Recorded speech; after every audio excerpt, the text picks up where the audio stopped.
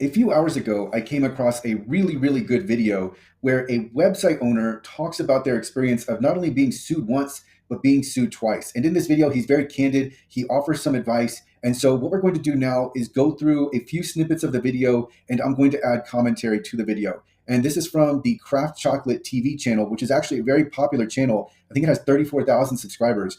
So we'll go through the video, and then I might even go through some of the comments. But let's go ahead and click on this video. The thumbnail is "We Got Sued." So we've got a Grammarly And we're commercial. back. The team is looking down the barrel of a 455. All right, We we'll wanted skip to that. share with you what you have to do in order to be this. So we're going to go ahead and start playing at 15 seconds, and then I'm going to add commentary. This is website compliance for the ADA, and we got sued 2 times for our website not being accessible for visually impaired customers. All right, so one note here is the lawsuits concerned people who were blind or visually impaired, but just note that, with website accessibility, we're looking beyond. It's not, usually the lawsuits concern people who are legally blind, but website accessibility is going to affect people with all different types of disabilities. So we're going to skip ahead. Your website needs to be accessible for visually impaired people, which means that when they are using screen reading software, they need to be able to scroll over images and to have this accurately portray what they're scrolling over. Okay, so right now he's focusing on alt text, and alt text is one of the most commonly claimed accessibility issues in lawsuits. But there is much, much more to website accessibility than just alt text. But it is something that people key in on, and it is something that plaintiffs' lawyers commonly claimed. But he's condensing this down, and it's much, much broader. So he adds a few more things. So let's go through those next things. So that's the first part of this. And so it has to be a good description as if you can't see. See, he's focusing in on alt text, and he's talking about it, but it's just there's so much more involved here, which is difficult to do until you change your perspective on how you write your captions. So that's important. The next one is they have to be able to complete a purchase checkout all the way to the end. So those 2 factors are the main thing. All right, so he just went and he was showing his website, and then he showed the checkout. Yes, being able to complete the checkout process is important, but that is not it. I think what's happening is the proprietor here, and his name is Dylan, and the website is Manoa Chocolate. And we'll go ahead and go to the website right now. He's focusing in on the ability to check out, which is true, but there are so many technical accessibility issues along the way that it's inaccurate to condense this down to alt text and being able to check out. You have to remember that plaintiffs' lawyers are focused in on the technical standards, and they are looking for technical issues. And yes, there are many website accessibility issues that are claimed more than others. In fact, there are 15 issues that are the most commonly claimed issues. And then after that, there are a few other issues that are occasionally claimed, but it's really 15 that you want to key in on. But of course, the best practice is to make your website fully WCAG 2.1 AA conformant. So he said here that you need to pay attention to the alt text and being able to check out all the way through. And that is going to encompass a lot of accessibility issues, but that is condensing this down too far. Here.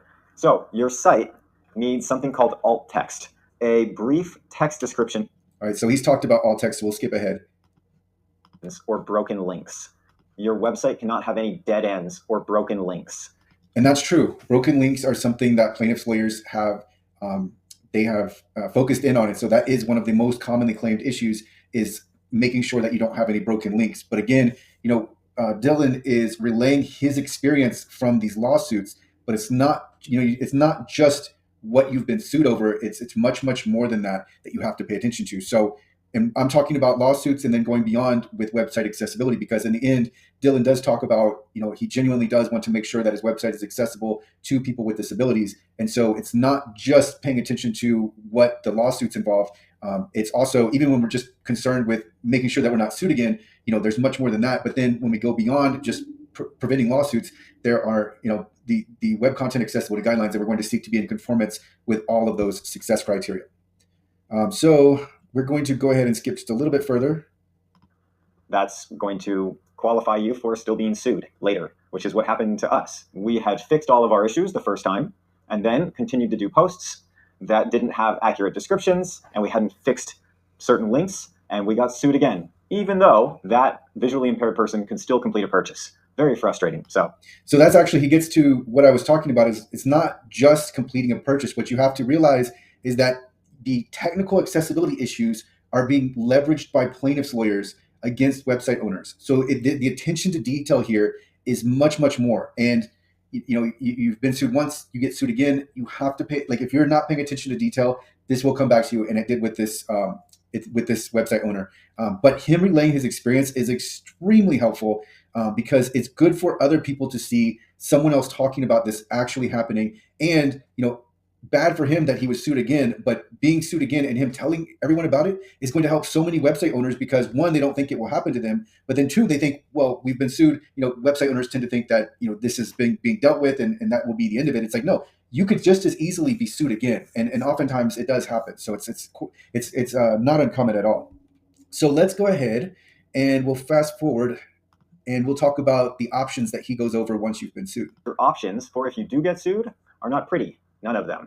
And the first one is to settle, which is what they're looking for. That's easy. The lawyers that are doing this, they just want settlements. And so that's $15,000 to $25,000 to settle. Good thing to avoid. The next thing is to fight it. You can do that probably for $10,000 to $15,000. And it probably goes even beyond $10,000 to $15,000. But I was really glad he said that because this is typical. This is what's happening. And then he goes on to also mention insurance. And so yes, insurance helps, but like knowing another thing to keep in mind is that if you have insurance, you're going to end up paying for this one way or another. So I'm not saying that insurance is a bad idea. It's just that this is something you would want to take care of anyways and not relying upon insurance because obviously if you get sued once, you're still going to have to pay a deductible as he ends up talking about. But then if you get sued again, of course, before you even get sued again, your rates will probably go up, etc. So it's not something to rely on. It is nice. It can save you money if you have it. But then again, you also have to consider the fact that you're paying out every month for that insurance. So it can be helpful at times. It can provide a sense of security, but just know that it's really something that you need to just address. And this is what he talks about in a moment. So let me go ahead and fast forward to that. Best option is to fix it now. You're going to have to anyway. They're just exactly. I always say this. This is something that is inevitable anyway. So why not do it before you ever get involved with anything legal? It's best just to take care of it now. So as he just said, he said it perfectly. In fact, let's replay that because it's worth repeating. For this issue, best option is to fix it now. You're going to have to anyway. They're just suing thousands and thousands of people per law firm, and there's many of them out there that are taking this opportunity to make money. Exactly. And it's not just one law firm. There are literally dozens of law firms that are suing website owners because their websites have accessibility issues. And you want to avoid this if at all possible. So you need to be proactive. And here a website owner is saying it, and you usually don't see this. Sometimes you'll come across discussions on Reddit, but you don't usually have anybody being this forthright. So this video really is nice, and I think it will end up being helpful. So let's go ahead and fast forward to this last clip that I have from him. If you sell online, take action now. It's not very difficult to do. It does take time, but you have to do it anyway, like I said. Okay, so he said it's one thing he said there, though. I like that he said take action now, but he said it's not that difficult to do. I will disagree with that. This does take some work, and it's not just the fact that it takes a while, like he said. In fact, let's replay it because that's worth repeating. Take action now. It's not very difficult to do. It does take time. Okay, it does take time, true. It's not very difficult. I don't if he's saying that, it makes me wonder what he's done, what he's had done. One of his recommendations is that you learn how to use a screen reader. Right at this point, you learning how to use a screen reader is not going to, it might help your accessibility, but there's so much to know about website accessibility. It's not something that I would recommend a website owner try to undertake themselves. It's always best if you're proactive, but going the route of learning how to use a screen reader, that's taking the long way, and it doesn't mean you're going to understand all of the accessibility issues. It really is like a far, let's think of it this way. If you were to learn how to use a screen reader, that would be one nice thing, but it's going to take you a while. You still need to learn the web content accessibility guidelines, which I'm really surprised in his video that he did not talk about once. And there's just much more to it. And you're, as someone who is new and unfamiliar with screen readers and using a website, you're going to miss a lot of issues. So this is one of those things where he does talk about a web designer, a consultant. Yes, both can be helpful, but know that most web designers don't understand accessibility either. They're still trying to figure this out as well. And then if we want to get super technical, it's really a web developer that's going to do most of the work here. But a designer is involved in accessibility, of course. But I wanted to cover this video because it's so important. This is a message that he's sending out that is really, really helpful to the community. And I think it will end up helping a lot of different people. I think he still has, he's basing this video on his experience, but his experience is just that. It's limited to what he's encountered. there's much more involved here. And I'm not even talking about the accessibility side. I'm just talking about the lawsuit side. So there's more to preventing lawsuits. There's more to accessibility. He's done a really good job. He's done a service to a lot of people, and his channel has 34.6 thousand subscribers. So it's good that this message will get out. And actually, now that reminds me, let's read through some of the comments. Software developer here. Yes, accessibility is a big deal and crucial for any website. Thank you for making this video. And so, yeah, that's nothing to add there. Most of these lawsuits are borderline frivolous. No, I mean, it depends what you want to use, but they're definitely, these lawsuits are not genuine. Many of them are disingenuous. The person isn't actually intending on visiting the website or purchasing anything. There's no notice of this. And then the comment continues, they don't really care about accessibility. They only care about the settlement cash. Mostly true. However, that doesn't negate your responsibility. And I don't think this guy was, the guy Dylan here, the proprietor here, he's not, if anything, he was really, I thought he was really diplomatic about, the way he thought about this. He didn't say that it wasn't his responsibility. He just said that he wished this wouldn't have come about through a lawsuit, and he was trying to help other people. Let's continue on. Beside the fact that I love to make homemade chocolate, I work in digital accessibility for websites and documents. Only 4% of websites are really accessible. I would love to know what he's basing that number on. If it's just the fact that we've had a survey through a scan, and the scan returns some accessibility issues on most websites, it's probably a lot less than 4%. Because when you're talking about accessible, what does accessible mean anyway? We all know that scans only flag a limited subset of accessibility issues, so you can't base any presumptions around a scan. But of course, that's me being very, very technical here. Crazy! I just had my website made ADA compliant. I thought it was a waste of effort. Who is going to sue for this? Yikes! Now I know. This is something where I wonder if did you really is your website really I'll say WCAG conformant, but have you really made your website accessible would be my first question. And two, I don't know why this person would work towards making their website ADA compliant and then think it was a wasted effort. So moving on to the next comment, I've seen this before, which is why I don't sell online anymore. Yes, sometimes it's just not worth it if you're not making enough money to justify the risk and you can't afford the services, then it makes sense that you wouldn't sell online anymore. It's just risky. It's difficult. He said it's easy. It's not easy. And by the proprietor in the video saying that it was easy, it makes me think that he's missing something. Let's see. Someone said, thank God for you. This is all about the money for them. I can't imagine your frustration. This is so wrong and unfair. Is this only for USA websites? I haven't heard anything about this in Europe, but now I'll definitely check. Well, other regions, other countries, their legal system is different, and you don't have so many serial litigants really looking to exploit any loophole or any advantage that they can get. So I don't think, not to my knowledge, I don't know about everything that's going on in different countries, but from what I've read and what I've heard, other countries just aren't nearly as litigious as in the United States. And then I understand the need for visually impaired people to be able to use the website, but come on, man, pick your battles. Why go after an indie chocolatier? This is besides the point, I think, really. It's not about who it is. It's about making sure that we have access for everyone. So, this is, part of the problem with the serial litigants is they confuse the issue. Digital accessibility is a great thing. We need to make sure that websites are accessible. The way this is coming about is all wrong, right? We shouldn't litigate to get accessibility. We should have a precedent. People should be given notice of this precedent, and then people should follow through. And it's also just difficult to even have a law for digital accessibility because there is so much to accessibility. And it's not just web accessibility, right? Like you think about document accessibility, you think about accessibility for software and mobile apps. There's a lot to it. So it's very difficult to create legislation where you have a good balance of when something meets this accessibility threshold that we're after. It's very, very difficult to do. But it's not, this overall accessibility is not about, let's just leave them alone because they're a chocolatier, and it's not about what someone offers. It's more just about equality, making sure that everyone has equal access. So when you say I understand the need for visually impaired people to use a website, and then you add a but, it seems like you don't understand the need, because that's the whole point, is that we have accessibility. Now this is coming about in the wrong way. We don't want serial litigation to end up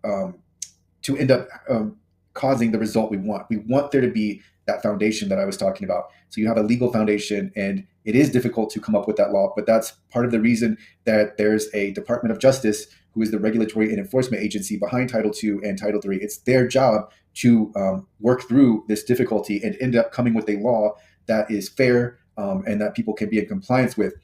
Ultimately, when it comes down to digital accessibility, when you look through whether something is accessible or not, it's always going to be difficult, and there are always going to be accessibility issues. That's just there's so much dynamic content and functionality that it's very, very easy for there to be an accessibility issue. Even as AI advances, there are still going to be accessibility issues that come about.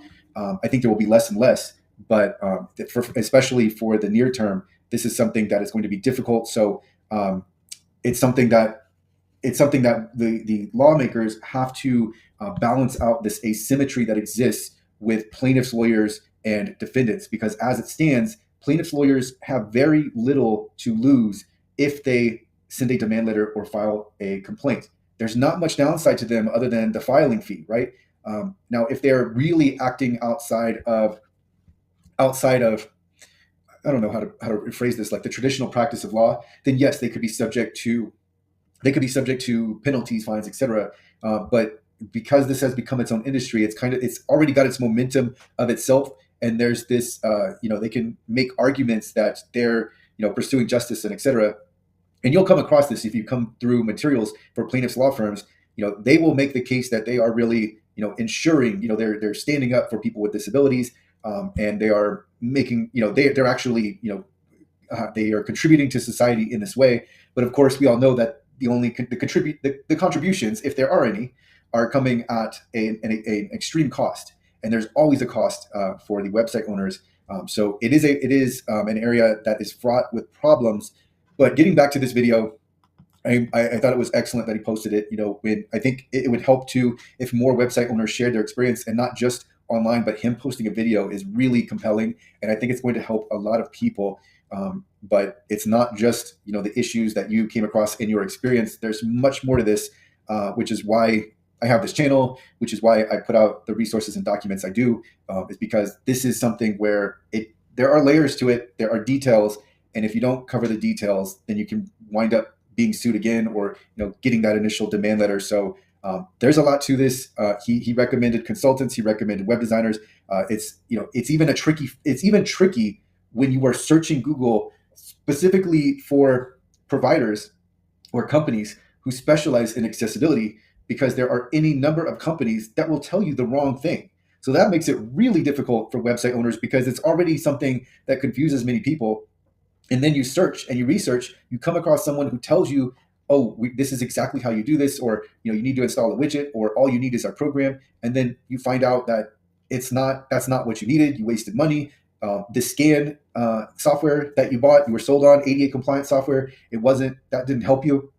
And you only find out after the fact, right? You find out maybe, in the worst case scenario, you'll find out after you're sued again, oh, that software that I bought for, let's say, $10,000, I could have just used a free scan and got almost all of the value anyway. But this industry is one that will, they'll take your money and they will tell you a lie, and then you will walk away thinking that lie is true.